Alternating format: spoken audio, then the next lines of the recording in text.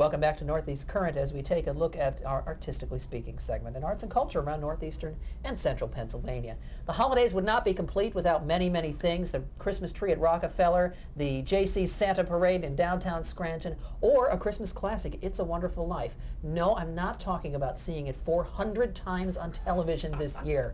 I am talking about the play.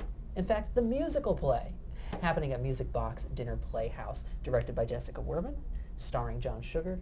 Welcome to the show. Thank you. Jessica's a little bit nervous. Now, you've been on the show before, but never with me. Right. So are the nerves about being on the show, or are the nerves about being on the show with me? A little of both, Okay. I have to say. Okay. So, It's a Wonderful Life. Musical adaptation of the film? Yes. Okay, that's what I thought. A little bit different for you. Yes, this is my from first a directing musical. standpoint. This is my first musical I've ever And done. it's your first happy crowd pleaser too, isn't it? And I mean that as a compliment. As in a named show, or Yes. as in well-known? I guess so. Okay. I just finished directing its Importance of Being Earnest at Okay. Actor Circle, which most people will know, but this is definitely one that everybody knows. Yes. Why? Why not? It is a classic. Tell me it's wonderful.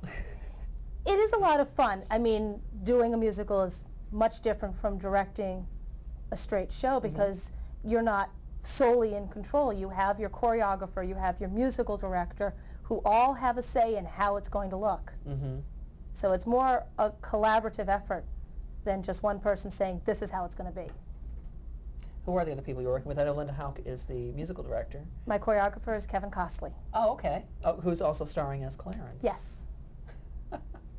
That's just perfectly appropriate for Kevin. Yes. He loves it. He loves that role. So what's the experience been like so far for your first musical?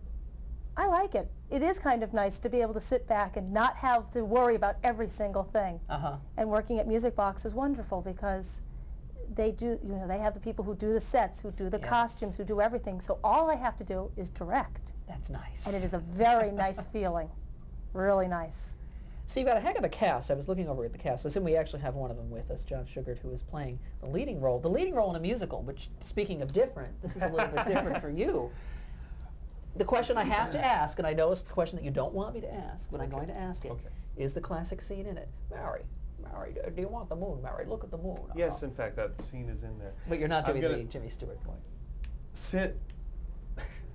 Let me tell the story this way. Okay. On the second day of auditions, as I turn up, and I walked into auditions figuring third townsperson from the left. You know, Jess needs people. I'm going to go in and do her a favor, and I'll just be in the chorus. Oh, no. Just You're a George. big favor. Lucky you. And at one point, I was sitting there at auditions, and at this point, it was obvious to everyone, I think, including me, that I was going to be playing George. And Michael Gallagher, their set designer, walks up and says, could you just do the Jimmy Stewart impression for me once? I was like, nope, not doing it. And I haven't done it yet. Everyone else is doing it. It's like, I'm not doing it. I'm not doing it on stage, so I'm not going to do it off stage. And you do a better Jimmy Stewart than I do. Anyway. Well, I don't know because I haven't heard your Jimmy Stewart. Well, no one else has either. But that whole scene is in there, including the rather famous speech, I'm shaking the dust of this crummy little town off my shoes, that's there. As an actor, that's the first thing I wanted to do was to put Jimmy Stewart out of my mind. Right. And, Jimmy Stewart doesn't burst into song in the film, so. Well, it's got to be a challenge because this is a role that was created by Jimmy Stewart and that has been etched into people's minds for, I don't know how many years. How many years? About 40, 50 years. Close to 50 years. Yeah. I got asked the last time we promoted this show, I got asked, well, did you sit there as a kid watching the movie and saying, gee, I want to play George Bailey? No. I watched the movie going, that's him, Jimmy Stewart. It's his role, it's his character. So it's something that if you're not careful becomes very intimidating. It's like, oh my God, how am I going to live up to that? But if people want to see the movie, they don't have to come to Music Box. They can go to Blockbuster. They can go to Blockbuster. It's going to be on 400 times. Right. The point of coming to the theater is to have the immediate experience of the theater. It's a musical, so it's obviously not the film. So I don't think we have had to worry about as many people coming in going, hey, you know, he doesn't have Zuzu's rose petals in his pocket Uh-huh. because this adaptation does not have that scene. Okay. People aren't expecting the movie. And That's a good thing. that helps us out. Yeah. Yeah. Well, I know one of my favorite adaptations of this is Merry Christmas, George Bailey, the radio play. I didn't know there was one. Yes, That's it very actually starred Bill Pullman good. Okay. from the Tracy Ullman Show, from Mhm. Spaceballs, Oh, Oh, my yeah. gosh. and he played George Bailey, and it was done as a staged reading, and it was done on PBS. And I had the CD, and every year around this time I pop it in the car and listen to it, and it's a very, very different rendition. Nathan Lane plays Clarence. Oh. That's interesting. That would Yes. be neat. I'll have to Good lend you the Clarence. CD. Yeah, I'll Oh, have to, I'd love definitely. to hear that. It's Once very, the very show good. closes. Yes. So I loved, because I enjoy the movie. I Mhm. watch it maybe only once every year. I don't watch it Mhm. 400 times. But it was interesting to get a whole different approach to it. So And I that's that's the reason to come to Music Box. think someone who loves the essence of the story Yes. is going to love to come and see Mhm. this. We've had, obviously, as we tape this, we've already opened, Hmm. and the two audiences we've had so far, it's been very interesting to see their reactions because they're sitting there and they're ready to laugh at things and Uh-huh. laugh at the little jokes and They're going to be a little bit And- surprised, I'm Mhm. sure. a little bit surprised, but they've been obviously very pleasantly surprised. We've had very good feedback, which is nice. I don't have to be nervous now. Now, speaking of new, this is also one of the first times that you're obviously not new to our show, but you're Right. usually here as an actor. I'm sorry, as a director. Taking a different spin. You're on the stage instead of behind the scenes. I prefer on stage, Uh-huh. but directing pays better. And Okay, fair enough.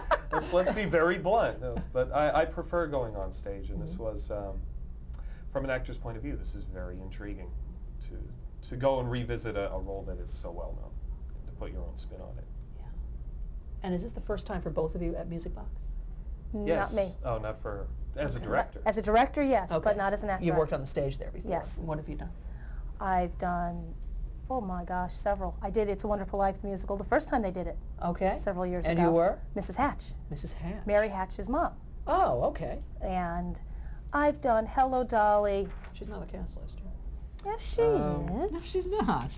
Probably farther. Oh, if I turn to page This 3. is- But by the same Well, token, this in is that case, Monty Perry. We apologize. But poor Monty doesn't have near as much to do as Mrs. Hatch in this adaptation as Jess did in the adaptation they did. So there's more than several one? years back. Every, Every major publishing company has their own stage adaptation of It's a Wonderful Life. Straight usually and you have musical. a choice of whether you want music. Oh, wow.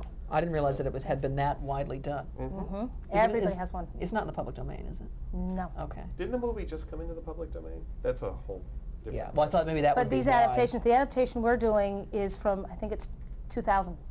Oh, so it's a relatively recent Yes. look. That's interesting. Tell me a little bit about the rest of the cast. I mean, there are some names here that I recognize, some names that I don't. Kevin Costley, obviously your choreographer playing Clarence, which I don't think you could have cast that more perfectly. And well, playing opposite you is Alice Fink. I have never had the pleasure of meeting Alice.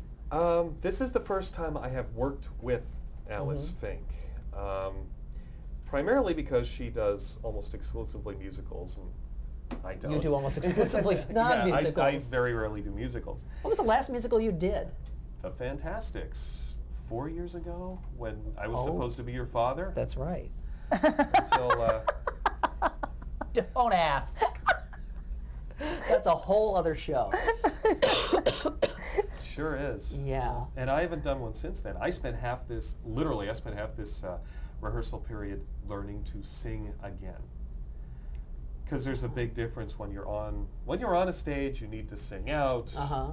You know, When it's you're in not- the car, you know. Yeah, it's not just in the car singing Yeah. along with whatever's in your CD player. Right. And to make it a little harder on everybody, because this is such a recent adaptation, and of course this isn't something that went to Broadway, we don't have cast recordings to learn the music from. Right. We had to learn the lyrics out of the book. Thankfully, Linda made a practice tape that that I was singing along with daily That until helps. I knew the songs. Because it's a challenge. Yeah, and it was a challenge just to learn to take care of my throat properly. You know, I had a sore throat for 3 straight weeks just because I'm not used to doing it. Drink 8 to 10 glasses of water a day. Yeah. No coffee. I had no coffee, tea with honey, and I like honey licorice cough drops anyway, so. There you go. But I've been really, trying to take care of my throat, just so that I can continue to speak audibly by the time the show opens. So you don't accidentally end up sounding like Jimmy Stewart. Right. So we were talking about the cast. Tell me a little bit about Alice, who's playing Mary. She's done, the last time I saw her on stage, I doubt this is the last thing she's done. The last time I saw her on stage, she played the narrator in the Music Box production of Joseph and the Amazing Technicolor Dreamcoat. I've seen Alice on and off. I know she keeps herself very busy. I remember seeing her playing Marion in a little theater production of The Music Man, and that's years back. That's a while ago when she did that. She's wonderful to work opposite, just as I'd worked with Kevin before. I knew what a good experience it would be to be on stage with Kevin. And Alice has been just as wonderful, which is good because it's primarily the three of us. Yes. With a little bit here and there. With a little bit from here the rest and of the there. cast. Joan Johnson, who I'm trying to think if I know This is her Joan. I first don't know if I've ever musical, I worked This with is her. her first time. First time I've got her to sing. Musical.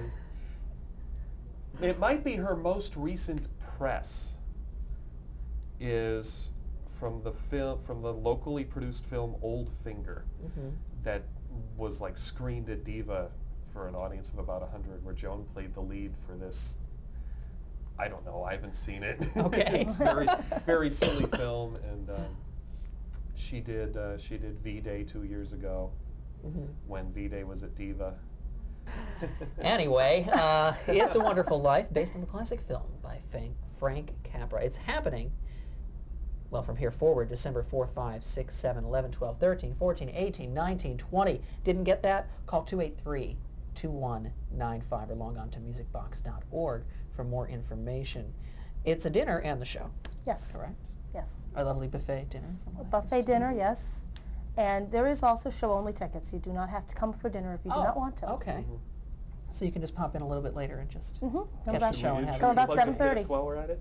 Pardon? Should we plug the fifth while we're at it? Which is not the buffet, that's some kind of special. It's a special sit-down dinner of Yeah, there's a star prime, here on the prime information. rib. Yeah. Oh, listen to this, folks. At select Friday performances, that would be December 5th, the buffet is replaced by a table-served dinner. Patrons have the choice of prime rib or flounder stuffed with crab meat. Actually, I saw one of those performances, and I believe I had the flounder. It's good. Yeah, it's very good. But this is the last year for this. Oh, really? So if you want the flounder, this is your last chance to Prime get rib. it. Friday's your last chance. Really? Why is that? It doesn't sell as well, Uh-huh. and I mean some problems with catering or whatever. Well, it would make more sense if it's always it's also- a I I buffet hate to to say stick this, with but always the isn't buffet. this show airing on the 6th? So that by the time Yes, you see I'm this, getting the you've nod, lost yep. your opportunity to get the prime rib and flounder because it happened the Folks, night the before miracle the of show television aired. has just crumbled before you. Yes, we tape our shows in advance, and today is the 6th. So if you didn't get there for the flounder last night, you missed You'll it. never get flounder or Music Box again. That's it. But we'll find out who the caterer was. If you want to know, you can drop us an email. LaFrax here. and Pittston. Okay, there Flats you and go. Pittston, and they do good food. They do So if wonderful you're food. looking for more information, again, you can make a phone call to 283-2195, log on to musicbox.org, or email us here at our new email address, which is necurrent@hotmail.com. We'll be happy to pass along any information that we might have about the show or about the flounder. Thank you both so much Thank for you. joining me today. Thank you. Let's Always a hope pleasure. that in December it truly will be a wonderful life as you enjoy the musical based on the film starring John, directed by Jessica. I'm going to stop talking now, folks. Just want to remind you, Christmas Eve at 8:30, tune in to PAX 64 for PAX Christmas Around the World. The PAX family and my family invite you to join us for PAX Christmas Around the World, as I'll be joined by the Joan Rivers of Northeast Current, my dear mother. So join me and Mom on Christmas Eve. That's going to wrap it up for us tonight, folks. So until next time, I'm John Baldino. Don't stay up too late.